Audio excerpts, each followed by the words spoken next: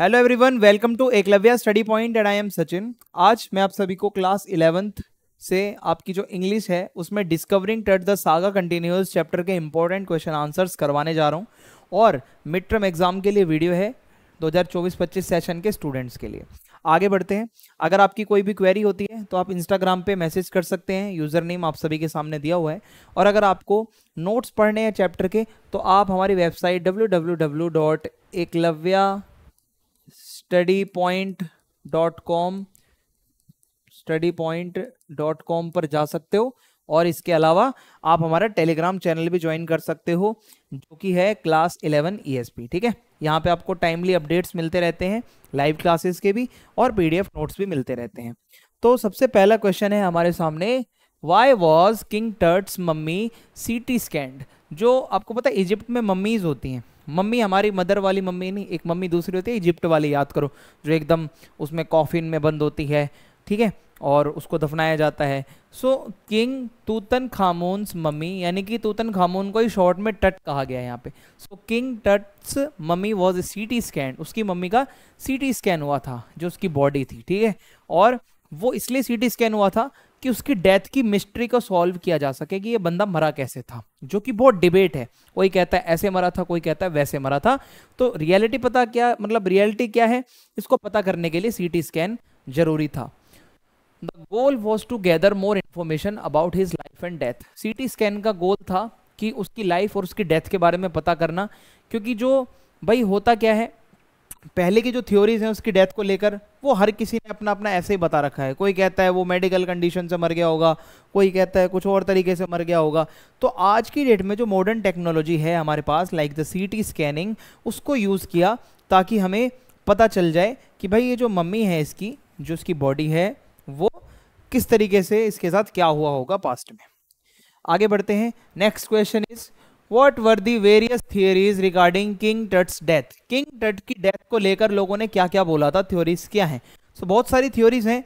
Initially ये माना जाता था कि he might have been murdered due to a head injury। हो सकता है उसका मर्डर हुआ हो, उसकी हेड इंजरी हुई हो। ठीक है, हो सकता है लड़ाई हुई हो पावर स्ट्रगल को लेकर। ओके, और इसके अलावा अदर थियोरीज, कुछ और भी थ्योरीज हैं, लाइक उसकी डेथ किसी बीमारी से, किसी इलनेस की वजह से हो गई हो, या उसको मलेरिया हो गया हो, या कोई इसको जेनेटिक डिसऑर्डर था जिसकी वजह से हुआ क्या, उसकी डेथ हो जाती है। So the CT scan aimed to clarify these uncertainties. CT scan का मेन रीजन यही था कि इससे पता चल जाए जितनी भी अनसर्टेनिटीज हैं वो क्लियर हो जाएं और हमें रियल रीजन पता चले कि डेथ हुई क्यों थी। अगला क्वेश्चन है, who was Howard Carter, what role did he play in the discovery of King Tut's tomb.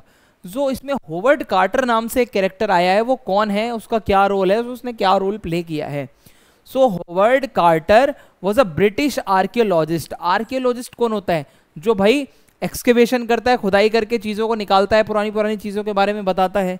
सो उसने किंग टट के टॉम्ब को 1922 में डिस्कवर किया था।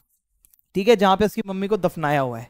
So his discovery was significant, बहुत इंपॉर्टेंट थी भाई इसकी डिस्कवरी, क्योंकि होता क्या है, हमें बहुत सारे आर्कियोलॉजिकल और हिस्टोरिकल सोर्सेस मिलते हैं उसकी मम्मी के वहां से, उसके टॉम्ब के वहां से। सो जो कार्टर है, हॉवर्ड कार्टर, वो बहुत इंपॉर्टेंट कैरेक्टर है इस चैप्टर में।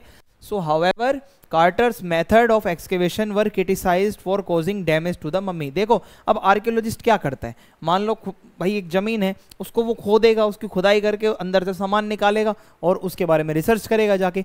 अब लोगों ने इसको क्रिटिसाइज कर दिया कि भाई तूने जिस तरीके से खुदाई करी है उससे हो सकता है कि डैमेज हो गया हो उसकी जो मम्मी का बहुत सारा पोर्शन है। भाई मम्मी होता क्या है, उसको ऐसे दफना रखा है उसकी मम्मी से बना के, वो पट्टियां पट्टियां से बांध के, और वो तो हो सकता है तूने डैमेज भी कर दी हो। सो बहुत क्रिटिसाइज हुआ, as he had to cut it into pieces to remove the layers of gold ornaments। क्योंकि भाई जो मम्मी के साथ में गोल्ड ऑर्नामेंट्स थे उसके, वो भी उसने निकाले थे कट करके, तो हो सकता है उसने कोई डैमेज किया हो मम्मी के साथ।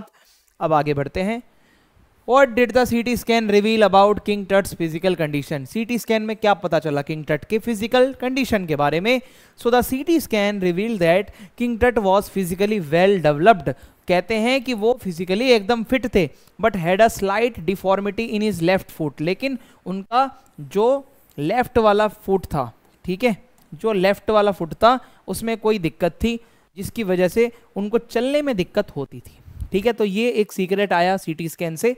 फिर पता चला it also showed that there was no evidence of a skull fracture, कि भाई उसका जो स्कल था, जो उसकी खोपड़ी है, उसके ऊपर कोई भी फ्रैक्चर नहीं है, खोपड़ी में कुछ नहीं हुआ। पहले क्या होता था, कोई कहता था मर्डर हो गया है, खोपड़ी पे कुछ मार दिया था किसी ने, ऐसा कुछ नहीं हुआ। The scan also indicated that his death might have been caused by an infection due to a broken leg. हो सकता है उसकी टूटी टांग या टेढ़ी मेढ़ी टांग में इन्फेक्शन हुआ और उसकी वजह से ही उसकी डेथ हुई थी। ठीक है, तो डेथ के बारे में ये सीक्रेट्स हमें पता चलते हैं। अगला क्वेश्चन है, what is the significance of the title the saga continues. ये जो टाइटल है, ठीक है, डिस्कवरिंग टट द सागा कंटिन्यूज।